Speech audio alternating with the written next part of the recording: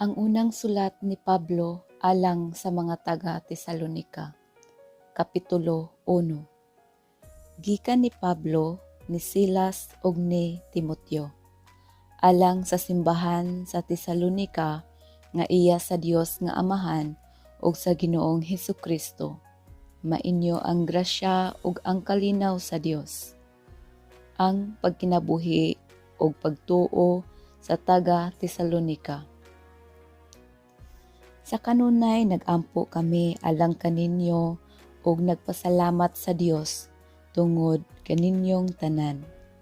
Sa among pag-ampo sa atong Dios ug Amahan, wala namo hikalimti paghisgot ang pagtuo nga gipakita ninyo ug ang inyong kakugi nga dinasig sa gugma, ingon man ang inyong lig-ong paglaom sa atong Ginoong Hesukristo. Mga igsoon, nasayod kami nga ang Dios nahigugma kaninyo o gipili kamo niya aron maiya. Kay nagwali kami sa maayong balita, dili sa pulong lamang, kundili sa gahom sa Espiritu Santo. Hugot ang among pagtuo nga kini matuod gayud. Nasayod kamo giunsa namo pagkinabuhi, samtang kami uban pa kaninyo, alang lamang sa inyong kaayuhan. Gisundog ninyo kami og ang Ginoo, og bisag nag-antos kami pag-ayo, gidawat ninyo ang mensahe uban sa kalipay nga gikan sa Espiritu Santo. Tungod niini, nahimo kamong panig-ingnan sa tanang magtutuo sa Macedonia ug sa Akaya. Pinaagi kaninyo ang mensahe mahitungod sa Ginoo mikaylap sa Macedonia ug sa Akaya. Mikaylap usab sa tanang dapit ang balita mahitungod sa inyong pagtuo sa Dios, busa dili na kinahanglan nga amo pa kining isulti. Sila mismo nagbalita, giunsa ninyo kami pagdawat sa among pagduaw kaninyo ug nga mibiya kamo sa mga Dios aron pag-alagad sa matuod ug buhi nga Dios. Nagbalita usab sila sa inyong pagpaabot sa iyang anak nga si Jesus nga muanhi gikan sa langit. Gibanhaw siya sa Dios ug siya maoy magluwas kanato gikan sa umaabot nga kasuko sa Dios. Tesalonika 1, Kapitulo 2. Ang nahimo ni Pablo didto sa Tesalonika. Kamo mismo mga igsoon nasayod nga wala makawang ang among pagduaw kaninyo. Nasayod kamo nga sa didto pa kami sa Filipos, ipaantos o gipakaulawan kami. Apan, gidasig kami sa Dios sa pagwali kaninyo sa iyang maayong balita, bisan pagdaghang misupak niini. Dili sayop ang among giwali, dili usab dautan ang among tuyo, ug wala kami maglimbong kang bisan kinsa. Nagwali kami kay napamatud-an sa Dios nga kapiyalan kami sa maayong balita. Wala kami tuyo sa pagpahimuot sa tawo, kundili sa Dios nga nagsusi sa atong kasing-kasing. Nahibalo kamo nga wala kami magulog-ulog kaninyo o may gitabon-tabunan nga kahakog ug ang Dios maoy among saksi. Wala kami tuyo nga daygo ni bisan kinsa, bisag mahimo namong gamiton ang among awtoridad ingon nga mga apostoles ni Kristo aron ipabuhat kaninyo ang among gusto. Apan sa diha pa kami uban kaninyo, nagmalumo kami kaninyo sama sa usa ka inahan nga nagmatuto sa iyang mga anak. Tungod sa among gugma kaninyo, among giwali kaninyo ang maayong balita sa Dios. Gitahan usab namo ang among kaugalingong kinabuhi kay kamo gimahal man namo pag-ayo. Mga igsoon, sa walay duha-duha, nahinumduman pa ninyo giunsa namo paghago. Nagtrabaho kami adlaw o gabii aron dili kami makahasol kaninyo sa among pagwali kaninyo sa maayong balita sa Dios. Kamo ug ang Dios saksi nga putli, matarong og dili sa lawayon ang among pagpakig-uban kaninyo nga mituo. Nasayod kamo ngang among pagtagad kaninyong tanan sama sa pagtagad sa usa ka amahan ngadto sa iyang mga anak. Gidasig namo kamo, gilipay o gitambagan kanunay sa pagkinabuhi sa paagi nga makapahimuot sa Dios kinsa maoy nagtawag kaninyo aron kamo makaambit sa iyang gingharian og himaya. O gipasalamatan usab namo kanunay ang Dios kay sa dihang giwali namo kaninyo ang iyang mensahe, namati kamo o gidawat ninyo kini, dili ingon nga iya sa tawo kundili iya gayud sa Dios. Kay ang Dios naglihok diha kaninyong mga magtotoo. Mga igsoon, ang nahitabo kaninyo sama usab sa nahitabo sa mga simbahan sa Dios sa Judea, sa mga magtotoo ni Kristo Jesus. Gilutos kamo sa inyong katagilungsod, ingon nga ang mga magtotoo dito sa Judea gilutos sa mga Hudyo. Gipatay nila ang Ginoong Jesus ug ang mga propeta. Sila usab maoy naglutos kanamo. Busa, sila wala makapahimuot sa Dios o kaaway nila ang tanang tawo. Gibabagan gani kami nila sa pagwali ngadto sa mga dili Hudiyo sa mensahe nga makaluwas kanila. Kining gibuhat nila maoy makapuno sa taksanan sa ilang pagkadautan.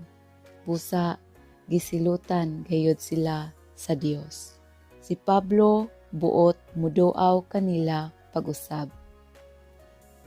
Bahin kanamo mga igsoon, niadtong panahon nga kami nahimulag kaninyo sa makadiyot, kanunay kaming naghandom kaninyo. Gimingaw kami pag-ayo kaninyo og naningkamot gayod sa pagpakikita kaninyo. Buot kami nga muduaw kaninyo pag-usab. Ako, si Pablo, sa makadaghan, nagplano pagduaw kaninyo apan gibabagan kami ni Satanas. Kamo lamang ang among paglaom, ang among kalipay ug ang hinungdan sa pagpagarbo namo sa among kadaugan at tubangan sa atong Ginoong Hesus inig-anhi niya. Kamo gayod ang among garbo ug kalipay.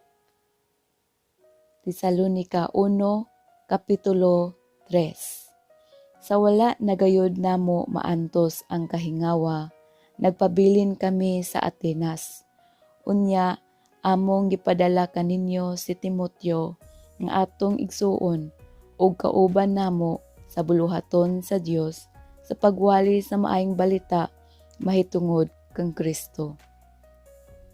Gipaanha namo siya aron pagdasig kaninyo ug paglig-on sa inyong pagtuo aron walay usa kaninyo nga matarog tungod niining mga paglutos. Kamo mismo nasayod nga ang mga paglutos nga sama niini kabubuton sa Dios alang kanato.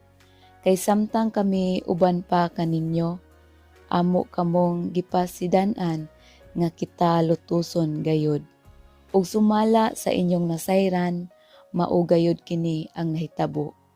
Busa, sa dako kong kahingawa, gipaanha ko si Timoteo aron pagsusi kung naunsa na ang inyong pagtuo, kay nabalaka ako nga natintal kamo sa yawa, ug unya makawang ang tananamong kahago. Karon, nahibalik na kanamo si Timoteo, ug anindot ang iyang balita mahitungod sa inyong pagtuo o paghigugma. Matod niya, kanunay kamong naghandom kanamo og buot muduaw kanamo, ingon nga kami buot muduaw kaninyo. Busa mga igsuon, taliwala sa tanan namong kalisdanan og pag-antos, nadasig kami tungod sa inyong pagtuo. Kay tamis gayod ang among kinabuhi kun kamo magmaligon diha sa Ginoo. Dili igo ang among pagpasalamat sa Dios tungod sa dakong kalipay nga gihatag sa Dios ngari kanamo pinaagi kaninyo.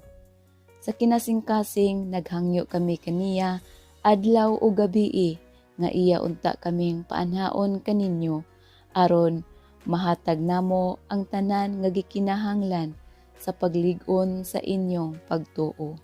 Nagampo kami nga ang Dios nga atong Amahan ug ang atong Ginoong Hesus maghatag kanamog higayon sa pagduaw kaninyo.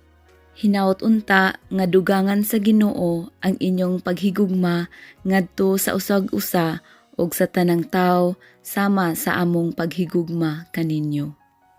Niining paagiha, lig-unon niya ang inyong kasing-kasing ug mahingpit kamo ug walay makitang salawayon diha kaninyo atubangan sa Dios nga atong Amahan, inig-anhi sa atong Ginoong Hesus, kinuyugan sa tanan niyang mga balaan.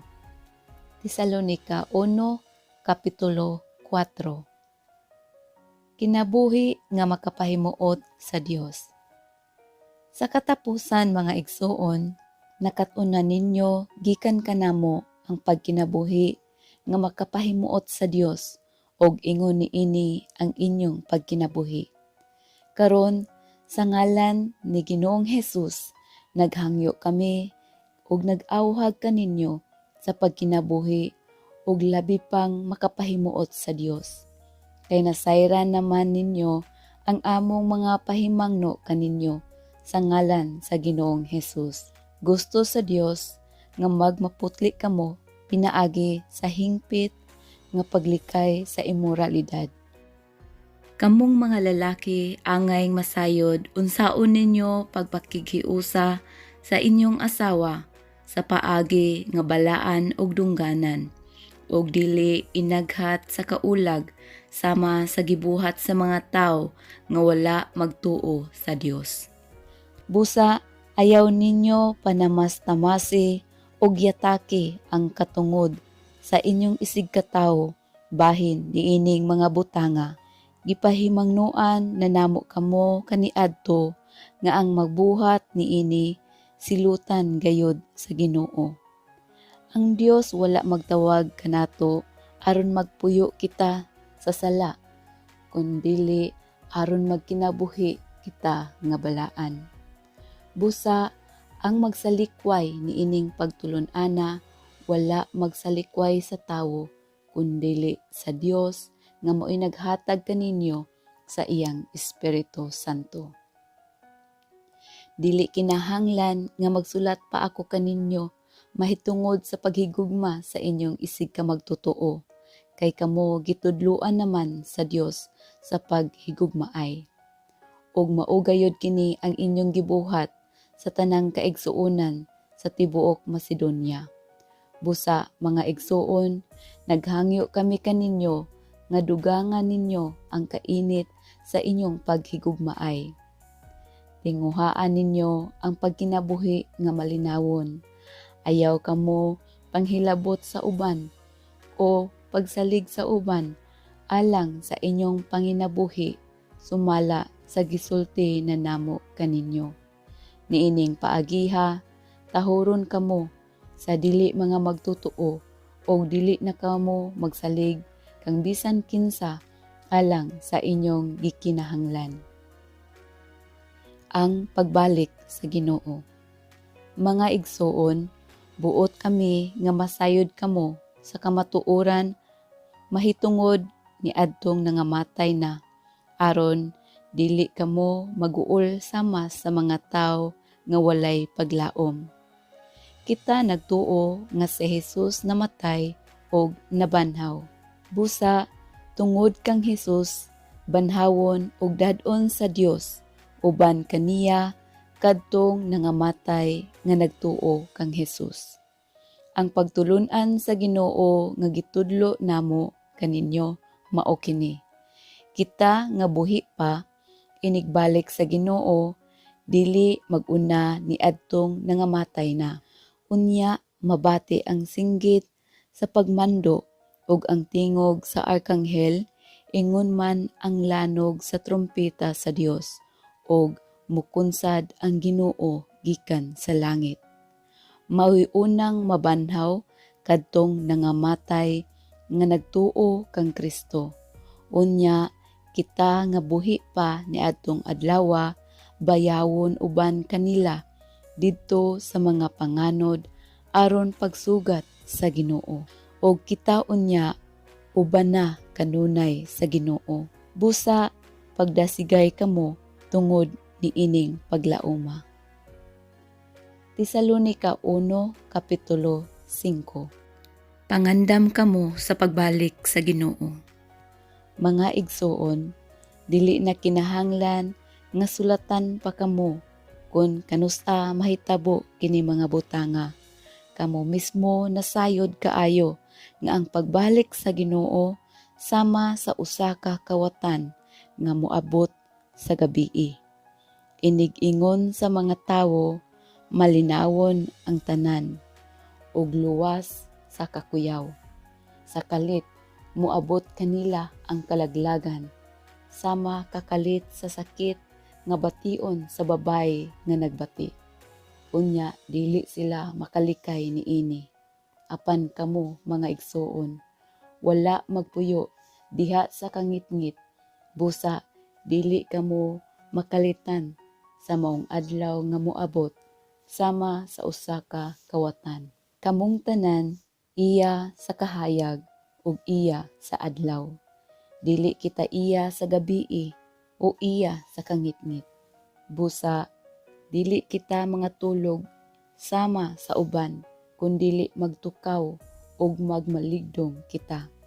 Kasagaran ang mga tao matulog sa gabii ug sa gabii usab sila mga hubog. Apan kay kita iya man sa adlaw, angay kita magmaugdang.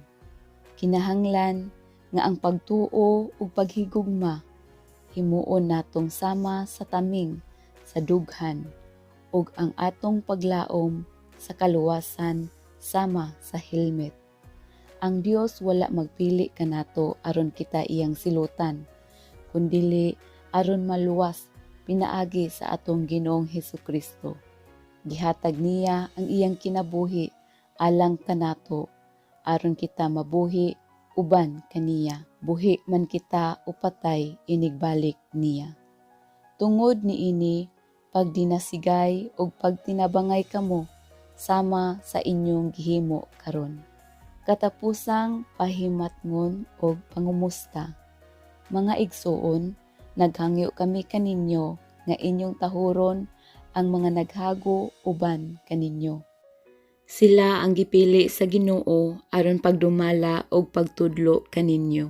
Tahura sila ug higugmaa pag-ayo tungod sa ilang katungdanan ug pagdinaitay kamo. Nag-awhag kami kaninyo mga igsoon nga inyong pahimatngunan ang mga tapulan. Dasigon ang talawan, tabangan ang maluyahon ug pagmapailubon kamo kanilang tanan. Ayaw ninyo panimasli ang nagbuhat og dautan kaninyo, kundili sa kanunay buhata ang maayo alang sa usag-usa ug sa tanang tawo. Pagmalipayon kamo kanunay, pagampo sa tanang panahon, ug pagpasalamat kamo bisag unsay modangat kaninyo. Kini mao ang kabubuton sa Dios nga buhaton ninyo sa ngalan ni Kristo Jesus. Ayaw ninyo santaa ang Espiritu Santo. Ayaw tamaya ang mga mensahe gikan sa Dios. Sutaan ninyo ang tanan, ampingi ang maayo ug isalikway ang dautan.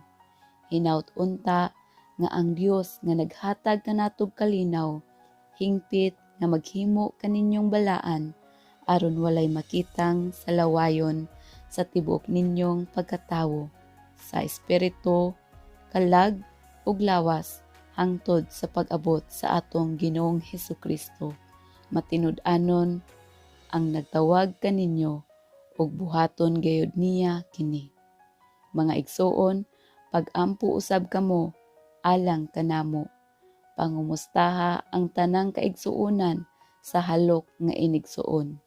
Sa ngalan sa Ginoo, naghangyo ako kaninyo nga basahon ninyo kining sulata ngadto sa tanang kaigsuonan. Mainyo ang grasya sa atong Ginoong Hesukristo.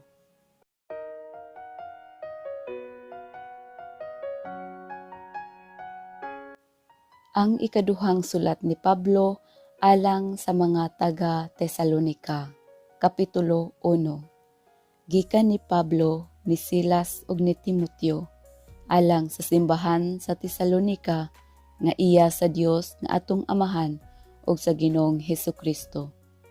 Ang Dios nga Amahan ug ang Ginoong Hesukristo maghatag kaninyo sa grasya ug kalinaw. Ang paghukom inigabot ni Kristo. Mga igsoon, kinahanglan nga sa tanang panahon magpasalamat kami sa Dios tungod kaninyo. Angay gayod nga buhaton namo kini, kayang inyong pagtuo nagtubo man pag-ayo og misamot usab kahugot ang inyong paghigugmaay. Busa kamo gipasigarbo namo sa mga simbahan sa Dios tungod sa inyong paglahutay ug pagtuo taliwala sa tanang paglutos ug mga pag-antos. Kini maoy kamatuoran sa matarong nga hukom sa Dios nga naghimo kaninyong takos sa iyang gingharian nga tungod niini nag-antos kamo. Buhaton sa Dios ang matarong. Paantoson niya kadtong nagpaantos kaninyo. Og papahulayon kamong nag-antos ingon man usab kami. Buhaton niya kini inigbalik sa Ginoong Hesus gikan sa langit, kinuyugan sa iyang gamhanang mga anghel. Muanhi siya uban sa nagdilaab nga kalayo aron sa pagsilot ni adtong wala muilas sa Dios ug ni adtong wala mudawat sa maayong balita mahitungod sa atong Ginoong Hesus. Mag-antos sila sa silot nga mao ang walay katapusang pagkalaglag ug ipahilayo sila gikan sa presensya sa Ginoo ug sa iyang mahimayaong gahom.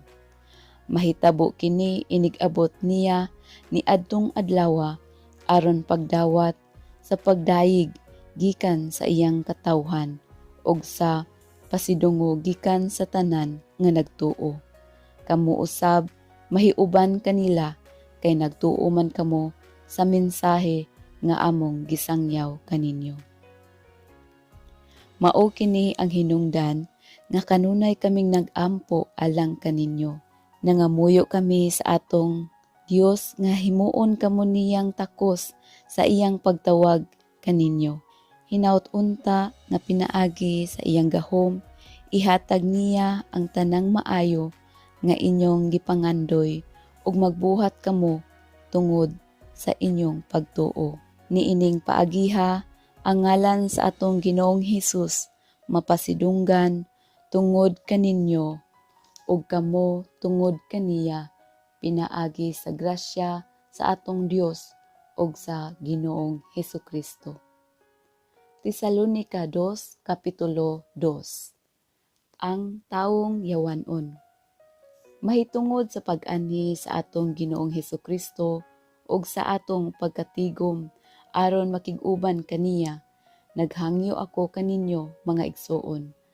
Ayaw dayon kamo kataranta o kabalaka kung makadungog kamo nga ang adlaw sa Ginoo miabot na.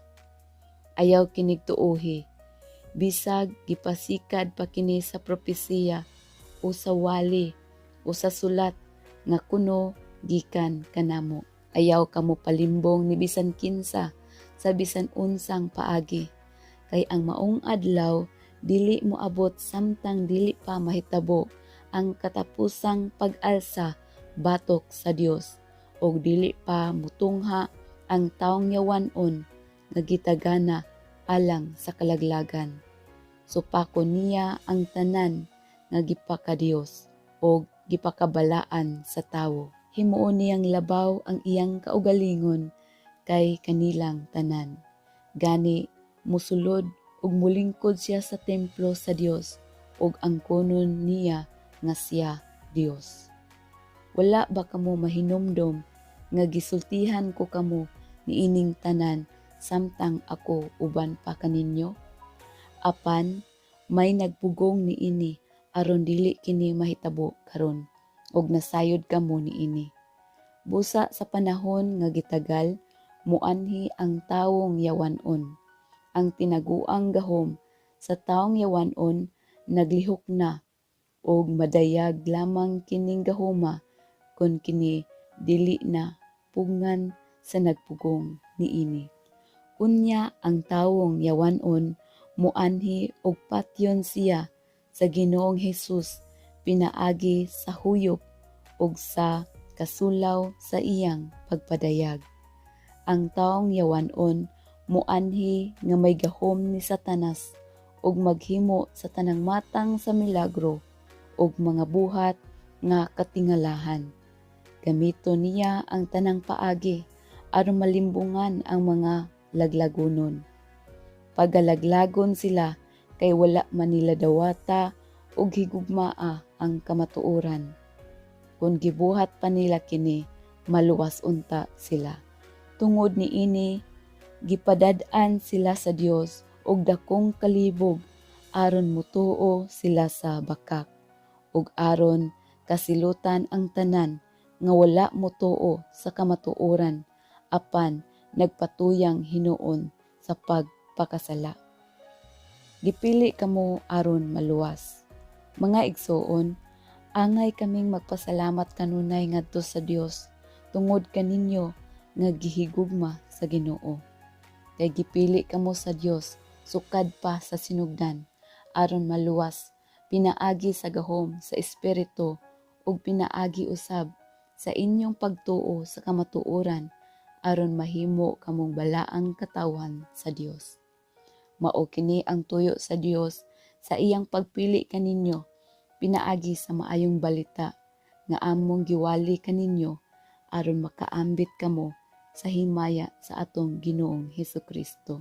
Busa mga igsoon, barog nga malig-on og pabilin diha sa mga gikabiling pagtulun-an og pamatasan nga among gitudlo kaninyo pinaagi sa wali o sa sulat.